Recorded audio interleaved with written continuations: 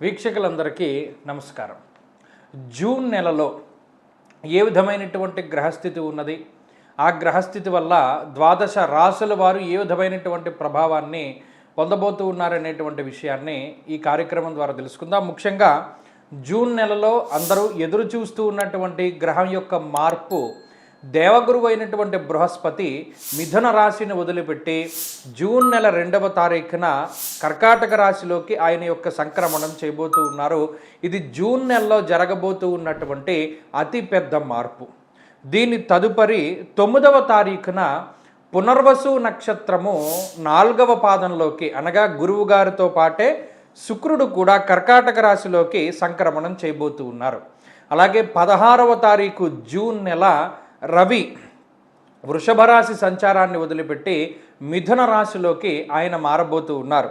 అలాగే 21వ తారీఖున కుజగ్రహం కూడా, అప్పటి వరకు మేషరాశిలో సంచరిస్తూ ఉన్నటువంటి కుజుడు కూడా 21వ తారీఖున కృత్తిక నక్షత్రం 2వ పాదంలోకి, అనగా వృషభ రాశిలోకి తన యొక్క సంక్రమణాన్ని ప్రారంభించబోతూ ఉన్నారు. అలాగే 23వ తారీఖున గురువు శుక్రుడు ఏ రాశిలో అయితే ఉన్నారో బుధుడు కూడా అదే రాశిలోకి సంక్రమణం చేయబోతూ ఉన్నారు, కర్కాటక రాశిలోకి. అలాగే 30వ తారీఖు, అనగా ఈ మాసం చివరిలో బుధుడు వక్రగతిని ప్రారంభం చేయబోతూ ఉన్నారు. అంటే దాదాపుగా ఎక్కువ సంఖ్యలో గ్రహాలు మారుతూ ఉన్నాయి.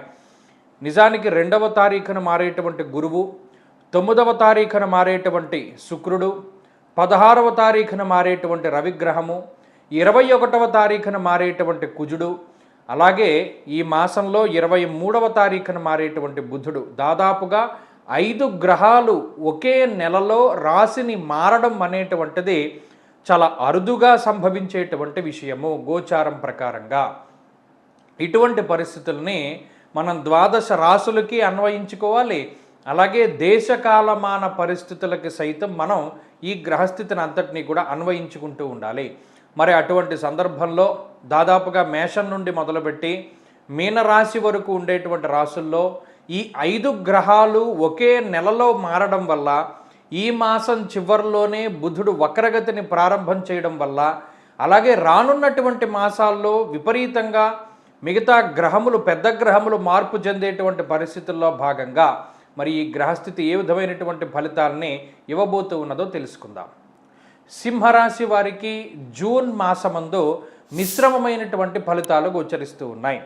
వ్యయస్థానమున ఉన్నటువంటి గురుగ్రహం స్థాన భ్రంశాన్ని కలగజేయడానికి అవకాశం ఉంటుంది. అనగా ఉన్నటువంటి ప్రాంతాన్ని వదిలిపెట్టి వేరే ప్రాంతానికి వెళ్ళేటువంటి పరిస్థితులు ఉండబోతూ ఉన్నాయి.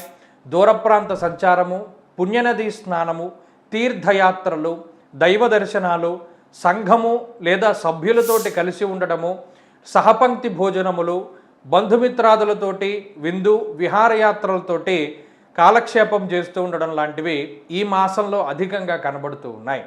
సంపాదించేటువంటి సంపాదనలో 60-70% ధనాన్ని ఖర్చు పెట్టేటువంటి పరిస్థితులు ఈ మాసంలో కనబడుతూ ఉన్నాయి.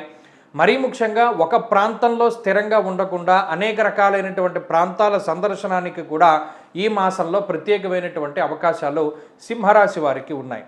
ఉద్యోగపరంగా స్థానం మార్పు చెందడానికి, లేదా నైట్ షిఫ్ట్ డే షిఫ్ట్లో మార్పులు రావడానికి, లేదా ఉద్యోగం చేసేటువంటి కంపెనీ మారడానికి ఎవరైతే ప్రయత్నం చేస్తూ ఉన్నారో ఇటువంటివన్నీ కూడా సఫలీకృతం అవ్వడానికి ఈ మాసంలో ఎక్కువ అవకాశం ఉంటుంది. అలాగే దశమంలో ఉండేటువంటి రవికుజుల యొక్క సంచారం వల్ల భయం లేనటువంటి, అంటే నిర్భయంగా బతికేటువంటి రోజులు ఈ రోజులుగా చెప్పవచ్చును. అయితే సపోర్ట్ చాలా తక్కువగా ఉంటుంది. ప్రత్యేకించి కుటుంబ సభ్యుల సపోర్ట్ కానీ, లేదా జీవిత భాగస్వామి తాలూకు సపోర్ట్ కానీ, లేదా తోబుట్టువులు, మరే ఇతరత్ర సభ్యుల యొక్క ఆత్మీయులు, బంధువుల యొక్క సపోర్ట్ తక్కువగా ఉండడం వల్ల ఎక్కువగా ఒంటరితనంగానే ఉంటూ ఉంటారు. అంటే నేను ఒక్కడనే ఉన్నాను, నేను ఒక్కడనే కష్టపడవలసి వస్తోంది, లేదా నేను ఒక్కడనే ఈ శ్రమ చేయవలసినటువంటి పరిస్థితులు వస్తున్నాయి అనేటువంటి భావన చాలా ఎక్కువగా ఉంటుంది. మరీ ముఖ్యంగా ఆ లోన్లీనెస్ వల్ల నిద్రాభంగం కలుగుతూ ఉంటుంది. నిద్ర లేకపోవడం వల్ల వచ్చేటువంటి మానసిక సమస్యలు సింహరాశి వారికి ఎక్కువగా జూన్ నెలలో కనబడుతూ ఉన్నాయి.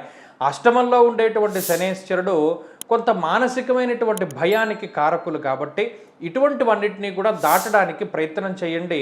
ఈ మాసం మొత్తము కూడా శనివారాల్లో ప్రదోష కాలంలో దీపారాధన చెయ్యండి శివాలయంలో, లేదా ప్రతిరోజు శివాష్టోత్తర శతనామావళి స్తోత్రాన్ని పారాయణ చేస్తూ ఉండడం ద్వారా కూడా ఈ వ్యతిరేకమైనటువంటి గ్రహస్థితిని దాటి ముందుకు వెళ్ళగలుగుతారు సింహరాశి వారు.